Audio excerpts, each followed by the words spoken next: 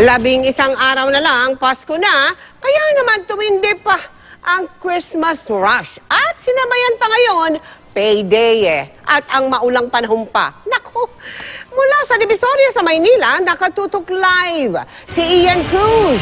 Ian. Mel, kahit nga maulan at matindi ang traffic papunta rito ay hindi nito napigilan ang pagdagsa ng mga mamimili dito sa Divisoria.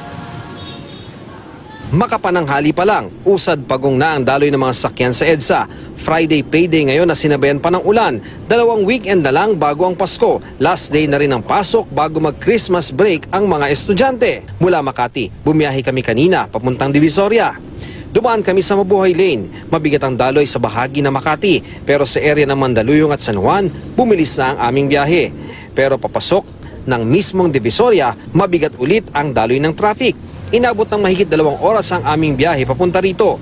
Maulan din sa Divisoria kanina. Sa kabila nito, marami pa rin ang mga namimili. Medyo marami lang tao pero tsaka mabasa pero worth it naman kasi nakabili ng mga pantigalo ganun tsaka nakatipid yung nabili.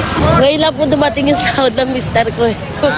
Pero kumusta ang pamimili nyo rito? Okay naman po. Ngayong weekend, inaasahang mas titindi pa ang traffic sa Metro Manila. Dahil kasabay ng Christmas rush, may road reblocking din ang DPWH. Mula mamayang alas 11 ng gabi hanggang alas 5 ng madaling araw sa Lunes, 6 na bahagi ng kalsada ang kukumpunihin. Sa monitoring ng MMDA, bago magpasko noong October 2017, 1 oras at 14 na minuto ang tagal ng biyahe sa EDSA mula Monumento hanggang Ross Boulevard. 19 kilometers per hour ang travel speed o bilis ng biyahe. Ilang araw bago ang Pasko, humaba pa ang biyahe sa 1 oras at 38 minuto. Tumagal ang travel speed sa 14 kilometers per hour. Pero para sa MMDA, matapos man ang Pasko, hindi na halos magbabago ang bigat ng daloy ng trapiko sa Kamaynilaan. 1.3 milyong bagong motorsiklo at higit 250,000 bagong sasakyan ang nadagdag sa NCR ngayong 2018. I'm assuming by dating ng January, mas traffic sa December yan.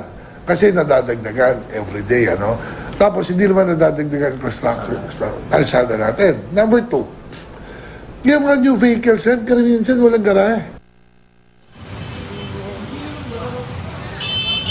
Melang payo ng MMDA mag-carpool na lamang upang hindi na makadagdag sa volume ng mga sasakyan sa lansangan. At sabi nila Mel ay kinakailangan daw na mamili na lamang doon sa malapit sa inyong mga tahanan upang hindi na nga maipit sa mga traffic. Balik sa iyo, Mel. Maraming salamat sa iyo, Ian Cruz.